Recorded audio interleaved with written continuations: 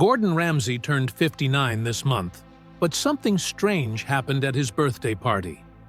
The man who built an empire screaming at chefs sat alone at a table set for dozens. His family wasn't there, his celebrity friends didn't come. Even his own restaurant staff made excuses. In 2010, he discovered his father-in-law had been stealing millions and hiding a secret family for 30 years. That betrayal broke something inside him. Now, people whisper about why Gordon's closest relationships keep falling apart.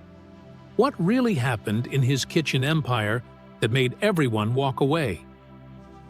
In November 1966, in the small Scottish town of Johnstone, a boy named Gordon James Ramsay was born into a world already filled with struggle. His mother, Helen, worked tirelessly as a nurse, while his father, Gordon Sr., bounced between jobs, never holding on to any for long. He also carried a dangerous drinking habit that would haunt the family for decades. By the time Gordon turned 5 in 1971, they had already moved several times, living in government housing where rent was cheap and walls were thin. His mother worked 3 jobs to feed the family, often serving them powdered milk that Gordon would later describe as tasting like the dregs of the dishwasher. That sour taste, to him, became the flavor of his childhood. In 1975, when Gordon was 9, the family packed their few belongings and crossed into England, hoping for a clean start in Stratford-upon-Avon. But what waited for them wasn't peace. His father's drinking grew worse, turning him into a violent man who destroyed anything connected to love. Once, in a drunken rage, he smashed every gift Gordon and his siblings had ever given their mother. Another time, he beat Helen so badly, she needed 57 stitches to close the wounds on her face.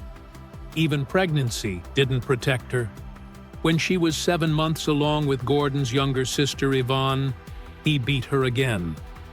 By the time Gordon was 12, he was taller and stronger than his father, but still felt helpless. He could only watch as his mother suffered. They never stayed in one place for long. Between 1975 and his teenage years, the Ramsays moved through 15 different homes across England, each move forced by eviction, debt, or another one of his father's failures. Gordon later said they were hopelessly itinerant, always packing, always leaving, never belonging anywhere. Police came to the house many times. Sometimes they arrested his father, other times they took Helen to the hospital and sent the children, Diane, Ronnie, Yvonne, and Gordon, to stay in shelters or children's homes. At school, the humiliation followed them. They got free meal vouchers that forced them to stand in a separate lunch line, a small but painful reminder that they were poor and different. Through it all, Diane, the oldest sibling, became Gordon's shield. She was born in 1965 and carried a strength far beyond her years. She comforted her brothers and sister when their mother was bleeding in hospital beds. She protected them when their father's shouting filled the night. Later, Diane would say that their father convinced them the violence was their fault, that if they behaved better, their mother wouldn't get hurt. Fear and guilt kept them quiet for years. In 1982, when Gordon was 16, he finally left home. He moved into a small flat in Banbury with Diane. The two of them survived together, working small jobs just to pay rent and eat. Diane worked in a care home and waited tables. Gordon washed dishes at the Indian restaurant where she worked, earning £2.50 an hour. They lived simply, but at least they were free. The scars of their father's cruelty ran deep. He wasn't just violent, he was also unfaithful. He cheated on Helen for years, humiliating her in front of the family. When Gordon was 12 or 13, his father's drinking had become uncontrollable. He was arrested multiple times for assault and drunk driving. Once, during a swimming lesson, he held young Gordon's head underwater, until he almost passed out. It was a lesson given in terror. Diane also suffered from his abuse, often forced to perform in his band just to please him. After 20 years of torment, Helen finally took her children and escaped to a women's refuge in Somerset. They stayed there 9 months, starting over with nothing but each other. Football became Gordon's escape. In 1980, at 14, Oxford United spotted him during a school match. He trained 5 days a week, dreaming of a professional career, but home was still chaos. That same year, his father attacked his mother again, breaking her ribs and bruising her face. Gordon would go to training with marks on his body, pretending they came from rough tackles. He never told anyone the truth. In 1981, when his father drunkenly threatened him with a kitchen knife, Gordon finally decided to leave for good. At 16, he was living alone with Diane, working nights, training at dawn, and paying $35 a week in rent. He barely slept, but for the first time, he felt peace. In 1984, his dream reached its peak when Rangers FC invited him to a youth trial. It was the chance of a lifetime. But during a match that March, everything ended. A brutal tackle tore his right knee apart, his anterior cruciate ligament and meniscus both gone. Surgeons told him he'd never play again. He was just 18. Weeks earlier, Rangers had been preparing to offer him $180 a week. Now, he was lying in a hospital bed, his dream destroyed, fighting depression and confusion. But he didn't give up. In September 1984, he enrolled at North Oxfordshire Technical College to study hotel management. A few months later, another blow hit, this time in the kitchen. In early 1985, a food poisoning outbreak at the college sickened 47 students and 3 teachers. Contaminated water, rotten ingredients, and months of neglect had caused it. Gordon was among the hospitalized, losing 12 pounds in 5 days. Instead of quitting, he became obsessed with cleanliness and kitchen discipline. The incident burned into him a lifelong rule: no excuses, no filth, no shortcuts. In 1986, Gordon's father died of liver failure at just 53. After more than 20 arrests, countless fights, and years of chaos, it ended with a ruined liver and cirrhosis covering 85% of it. Doctors estimated he had been drinking 140 units of alcohol a week for over 15 years. Gordon went to the funeral, but didn't cry. He said he felt nothing, just relief. For him, it was closure. He didn't speak, didn't give a eulogy, but he paid for the costs and helped his mother afterward. The man who had taught him pain had finally disappeared, leaving behind a vow in Gordon's heart. He would never drink like that, ever. In 1987, at 21, Gordon walked into Harvey's restaurant in London to train under Marco Pierre White. He expected mentorship, but walked into a storm. White was cruel and brilliant. Gordon worked 18-hour days for $60 a week, peeling potatoes and cleaning fish while enduring constant insults. Once, White threw hot risotto at his chest. Gordon cried at night, but didn't quit. He learned speed, precision, and perfection. He also learned what kind of leader he didn't want to become. After a year, he moved to Roxton House Hotel, thinking life would calm down. It didn't. He found rotting fish and sloppy work. He took notes on everything, 17 pages of failures, and when the owner refused to fire the head chef, Gordon walked out mid-service on June 15, 1988, leaving his uniform behind. It was his first act of defiance for standards. Later that year, he joined Albert Roux's Waterside Inn, one of the world's top restaurants. The pressure there made Harvey's look easy. Each dish had to be perfect to the millimeter.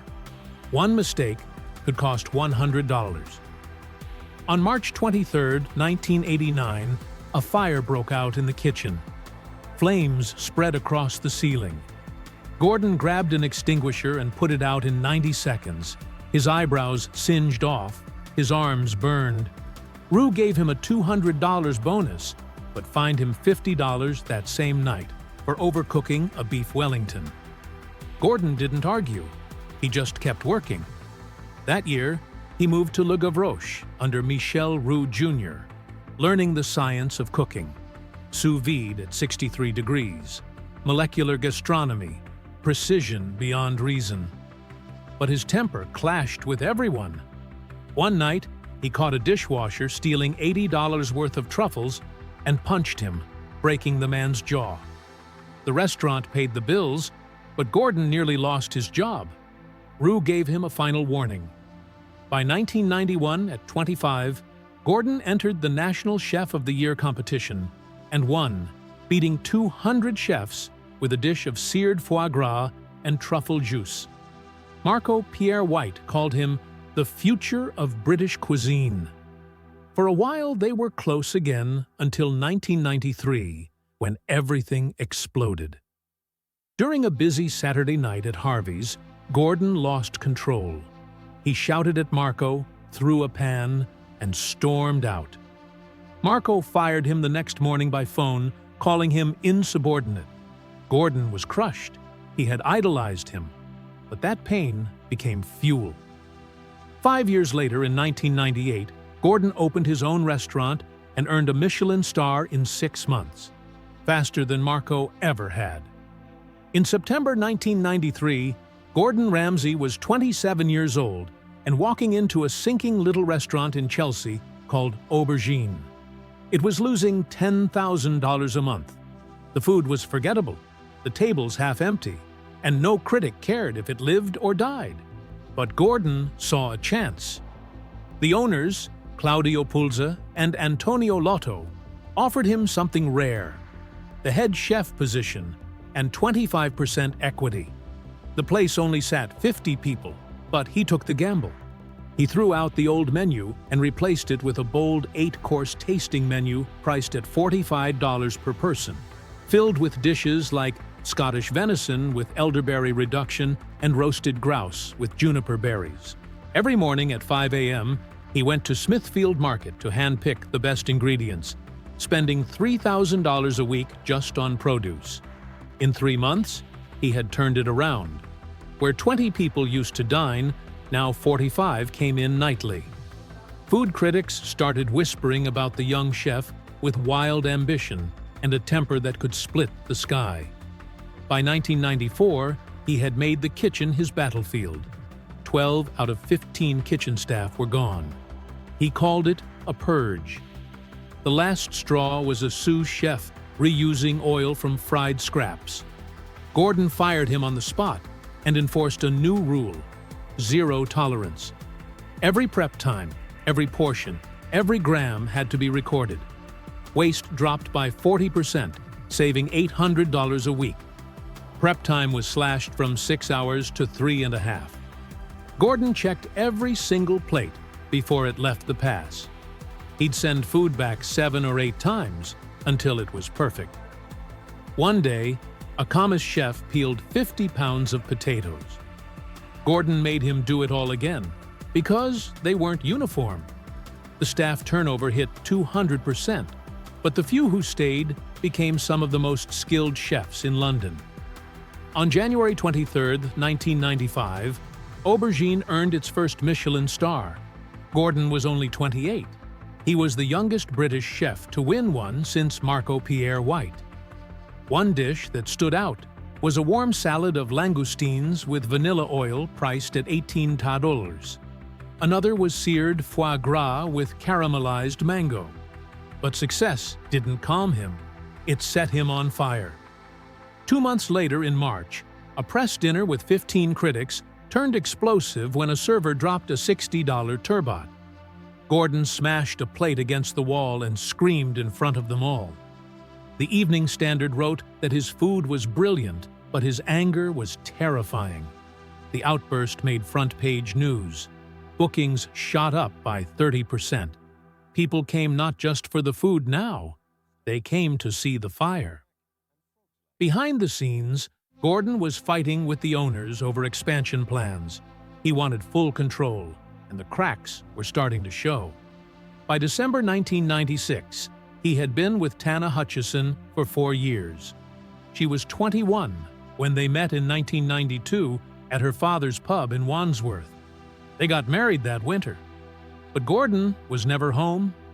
He worked 100 hours a week, arriving at 6 a.m. and leaving after midnight 6 days a week. He missed every honeymoon meeting. Tana threatened to call it off in August. Gordon admitted it later. He had chosen work over his own wife. Still, that year, Aubergine pulled in $2 million. The average dinner bill was $75. Bookings were full 8 weeks in advance. With just 22 staff, they served 250 covers a week. It became one of the most profitable fine dining spots per square foot in London. In February 1997, Aubergine earned its second Michelin star.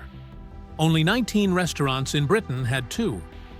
Gordon's signature dishes had reached a new level.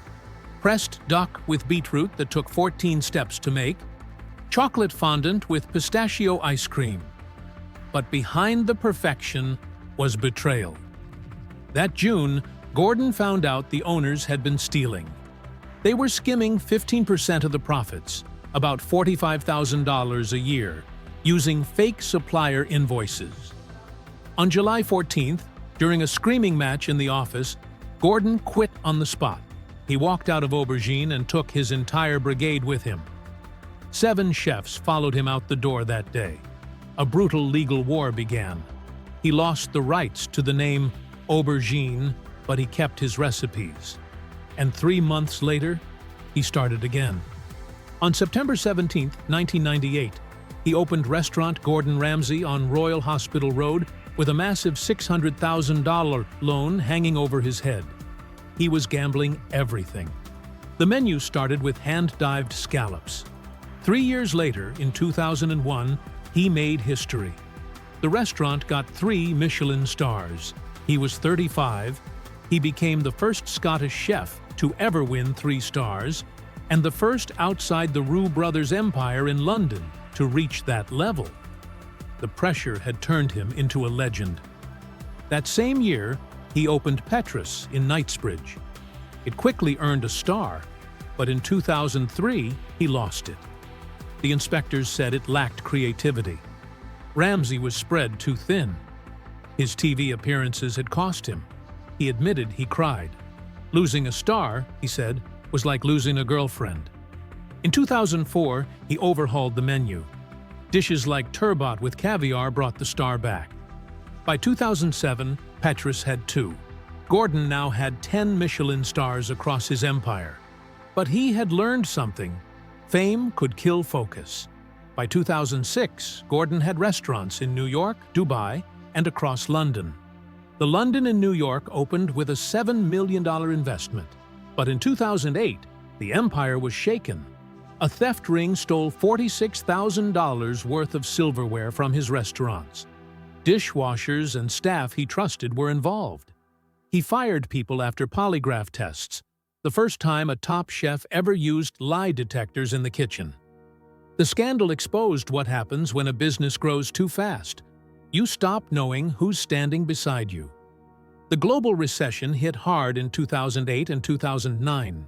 3 UK locations closed, including La Noisette. Profits collapsed 90%, from $3.05 million to $383,325.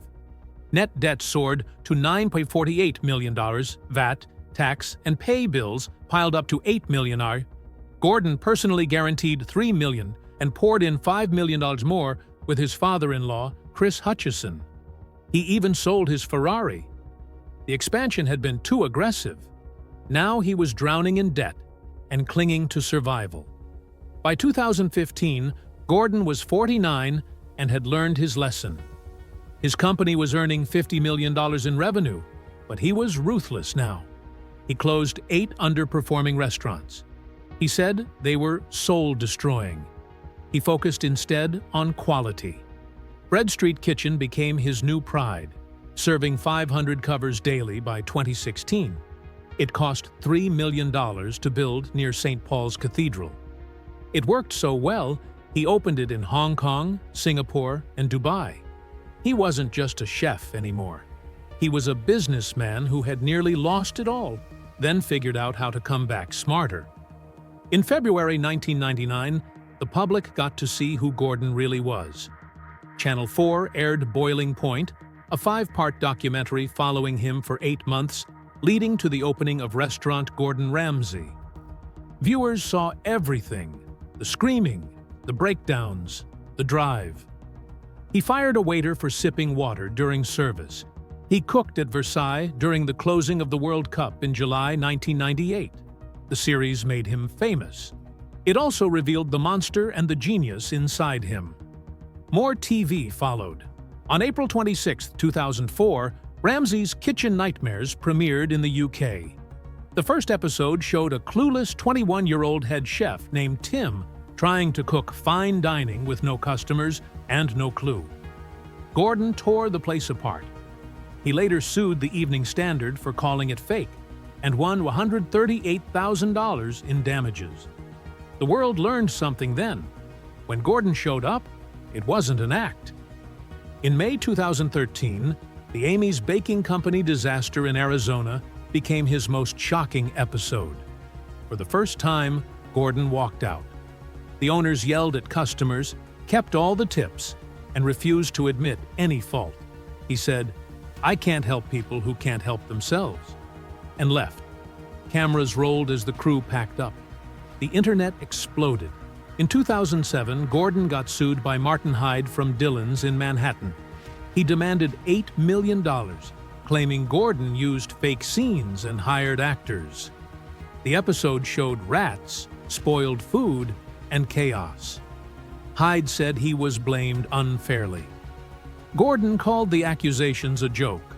In 2011, Oceana Grill in New Orleans sued him twice. Once before the episode aired, worried about the footage. They settled. Then again in 2018, after a scene was reposted without the required update. That clip vanished from the internet, and the episode became almost impossible to find. On Hell's Kitchen, things got even darker. In 2004, he shoved a contestant who sprained an ankle. Granada paid $124,000 to settle. In 2005, Michael Ray won the show while addicted to painkillers. He refused Gordon's offer to train in London. His life spiraled into homelessness, but he eventually entered recovery and started helping others through food. In 2010, Holly Ugalde won, but never got her prize job in London. She said the visa paperwork was never even filed. Others came forward saying they were promised jobs, but only got cash and photo ops. One winner said she felt like paid talent instead of a chef. Jen Rivak from Season 3 said she was locked in a hotel room for days before filming. No books, no phone, no music. She said it felt like prison. She barely slept more than 5 hours a night during the show. Another contestant said she was so stressed, her period stopped for 6 weeks. Contestants broke down. Some felt suicidal. All of it made for great television. In the early 1990s, Gordon Ramsay was rising fast. He was fiery, driven, loud, and ready to take over the kitchen world. But long before the Michelin stars and TV shows, he was a 27-year-old caught drunk in a men's bathroom at Green Park Station, arrested for gross indecency with 2 other chefs. It was 1993. He didn't fight it. He accepted a police caution and walked away. But the shadow of that night followed him. When a reporter asked about it 20 years later, he hung up the phone. His team brushed it off as just drunken horseplay, but he never spoke about it again. Almost 10 years later, in 2002, he was in trouble again. This time, it was for drunk driving. Caught going the wrong way down a one-way street in central London, Gordon failed the breath test and was taken in. But he walked free. The police hadn't offered him a required blood test, and his lawyers seized that mistake. The case vanished. But his public image had already taken a hit. The man who preached discipline was starting to look like a contradiction. That gap between his words and his actions would grow wider. In April 2009, an undercover report by The Sun revealed that Gordon's high-end gastropubs weren't serving freshly cooked meals. Signature dishes like coq au vin and fish cakes were being made in bulk at an off-site facility called GR Logistics, vacuum-sealed, frozen, and reheated at the restaurants, then sold to diners at a 586% markup. Critics were stunned. Gordon had spent years yelling at other chefs for doing the same thing on his own show. Now he was doing it quietly, behind closed kitchen doors. The scandals kept coming. In November 2008, his marriage was hit hard when news broke of a 7-year affair with Sarah Simons. She called herself a professional mistress and had written a guidebook for cheating. Tabloids caught Gordon leaving her hotel suite. They said he'd been there for 75 minutes. She had just bought 3 bottles of amyl nitrate from an adult shop nearby. Gordon denied the long-term affair, saying he knew her, but that it was complete crap. Tana, his wife, stayed. They renewed their vows in 2014. But the damage lingered. Trust was never the same. Then came the collapse inside his own business. In 2010, Gordon discovered that his father-in-law, Chris Hutchison, had been secretly funneling money from Gordon Ramsay Holdings. Not just for himself, for mistresses, for an entirely separate second family he'd kept hidden for 30 years. Gordon fired him, hired a private investigator, got photos, tried to keep control. But Chris struck back. Between 2010 and 2011, he and his sons hacked into Gordon's computer over 2,000 times, trying to find out what he knew. In 2012, it ended in court. Gordon paid $2 million to settle it. But in 2017, justice came back around. Chris was sentenced to 6 months in jail. His sons got suspended sentences. The betrayal had cut straight through Gordon's home and business. Still, Gordon kept moving. He was building more shows, opening more restaurants, stepping into every corner of culinary television.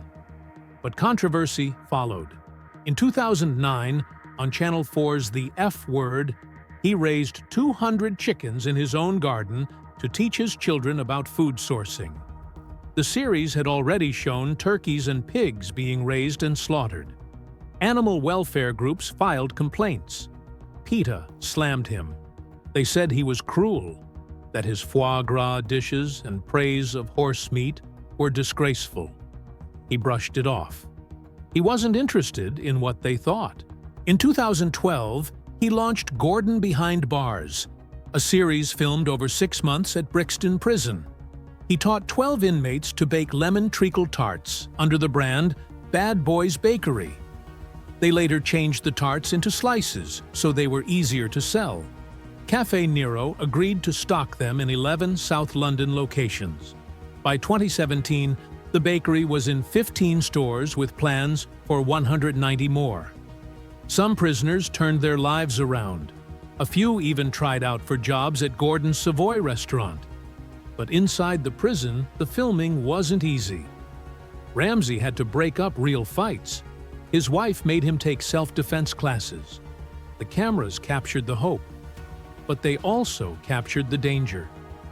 Then came 24 Hours to Hell and Back, launched in 2018. He drove a 70-foot-long mobile kitchen called Hell on Wheels across America. Each episode began with him in disguise, wearing full prosthetic makeup, walking into failing restaurants to catch them off guard. The crew filmed mold, rotting food, and cockroaches. Then Ramsay revealed himself, yelled, cleaned house, redesigned the place, and trained the staff, all in just one day. It looked dramatic. It was dramatic. But some owners hated the pressure. The format felt rushed. Some said the fix didn't last. Still, It pulled in up to 3.67 million viewers during Season 1. By 2022, he launched Next Level Chef. It wasn't just another contest. It was a giant, moving three-tiered kitchen stacked like a tower. The best ingredients were at the top, the worst at the bottom. Platforms moved up and down between rounds. Contestants had seconds to grab their ingredients. Raw chicken slipped through grates. Meat fell to the basement. The pressure was real. So were the bruises. Viewers couldn't look away. Ramsay judged from above, his voice booming between floors.